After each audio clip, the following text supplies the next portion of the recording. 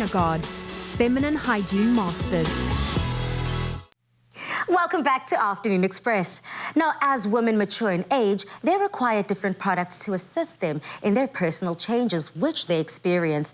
And we all know, ladies, how important it is to find the right products for your body. So joining us in studio to discuss personal feminine hygiene in more mature women is gynecologist and obstetrician Dr. Thalia Isaacs. Welcome to the loft. Thank you.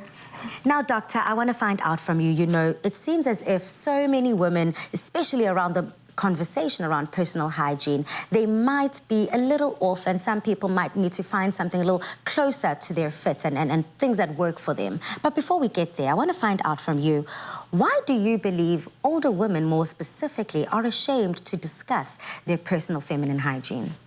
So I think it's just that personal hygiene is personal, right? And women from an older generation or a more mature woman they're not used to the life that, people our age or younger are used to, such as, using social media and every aspect of your life being like portrayed for the world to see. So I think they come from a different generation, a different age group.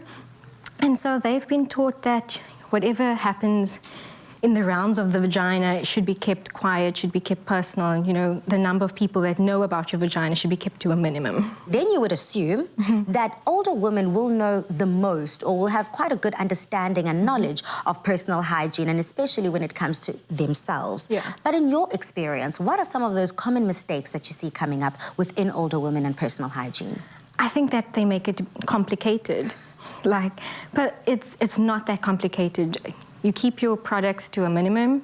They should be unscented, uncolored, just basics. Keep it to the basics. Okay, but when we do keep it to the basics, you see, then there's certain myths and things that might come up. So I really want to debunk some of those myths.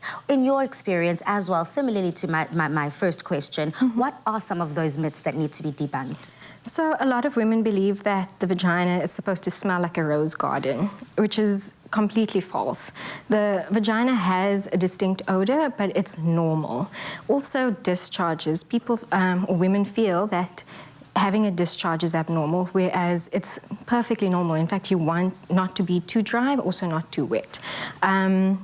So those are the main two that I come across on a day-to-day. What should we be kind of avoiding when it comes to the cleansing of the vaginal area? So firstly, before we discuss that, is the vagina cleans itself, right? So we have to separate the two areas. There's the vulva, which is the outside, and then there's the vagina, which is the inside. So the vagina is a self-cleaning organ. You can think of it as a self-cleaning oven.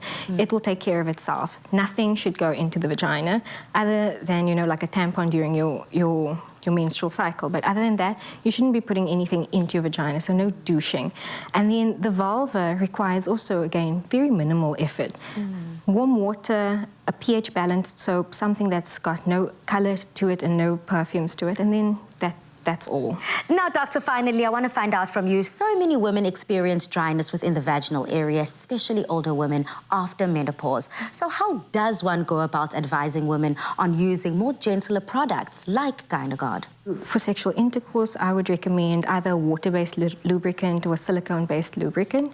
If it's specifically menopause-driven dryness, then I would say speak to a gynecologist. You might be needing hormone replacement therapy, and that requires a gynecologist to ensure that it's safely done. Got you. Oh, Dr. Thalia, thank you so much for breaking down everything that we need to know when it comes to our personal feminine hygiene, but not only that, specifically when it comes to older women. Now, what a way to broaden our understanding and knowledge on the experience that every woman will face in their lifetime as we each grow older. Now, GYNAGAURD Feminine Hygiene Mastered. Today, we have our second winner on the line. Can I please get a drum roll?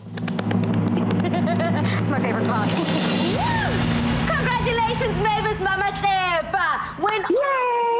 Girlie, welcome to the show. Thank you.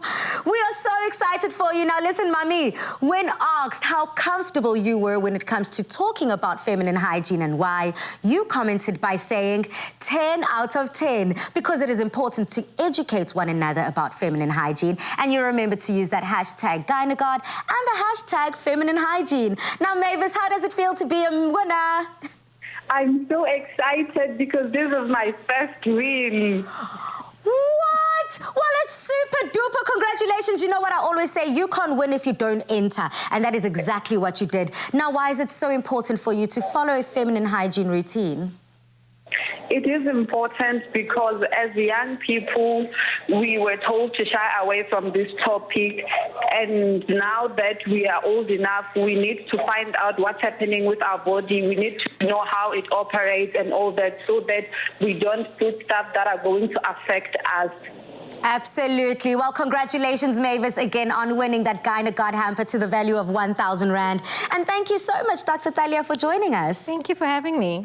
Now stand a chance to win a GYNAGAURD hamper to the value of 1,000 Rand weekly, just like Mavis just did. Simply tell us what's the most essential part of your feminine hygiene routine by replying to the competition post on the Afternoon Express Facebook or Twitter page. Don't forget to include the hashtag GYNAGAURD and the hashtag feminine hygiene. The competition closes on the 22nd of September. Terms and conditions can be found on afternoonexpress.co.za.